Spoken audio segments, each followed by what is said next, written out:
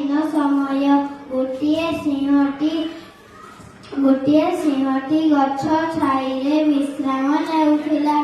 ସୁଲୁସୁଲିଆ ପବନ ଦେବାରୁ ତାକୁ ନିଦ ଆସିଲା। ସେ ସେଠାରେ ଶୋଇ ପଡ଼ିଲା। କିଛି ସମୟ ପରେ ପାଖ ଗାତରୁ ଗୋଟିଏ ମୂଷାଟିଏ ସିଂହ ପାଖକୁ ଆସିଲା। ସେ ସିଂହ ଉପରେ ଚଢ଼ି ଖୁସିରେ ନାଚିବାକୁ ଲାଗିଲା। ସିଂହର ନିଦ ଭାଙ୍ଗିଗଲା।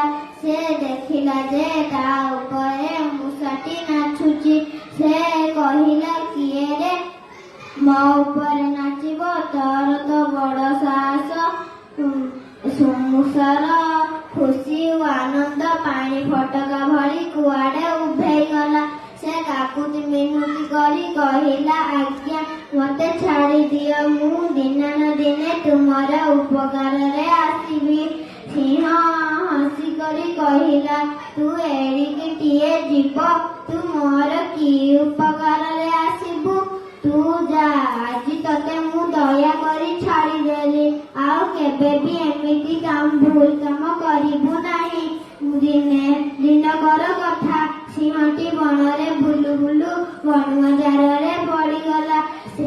ସେ ବାହାରକୁ ବାହାରିବା ପାଇଁ ଗର୍ଜନ କଲା।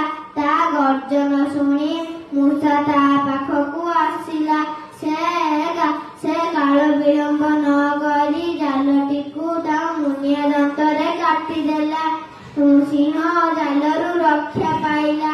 ସେ ନିଜକୁ ଲଜ୍ଜିତ ମନେକଲା। ଆମେ ଏହି ଗପରୁ ଶିଖିଲେ ଯେ ଆମେ କାହାକୁ ଛୋଟ ବୋଲି ମନେ କରିବା ଉଚିତ ନୁହେଁ।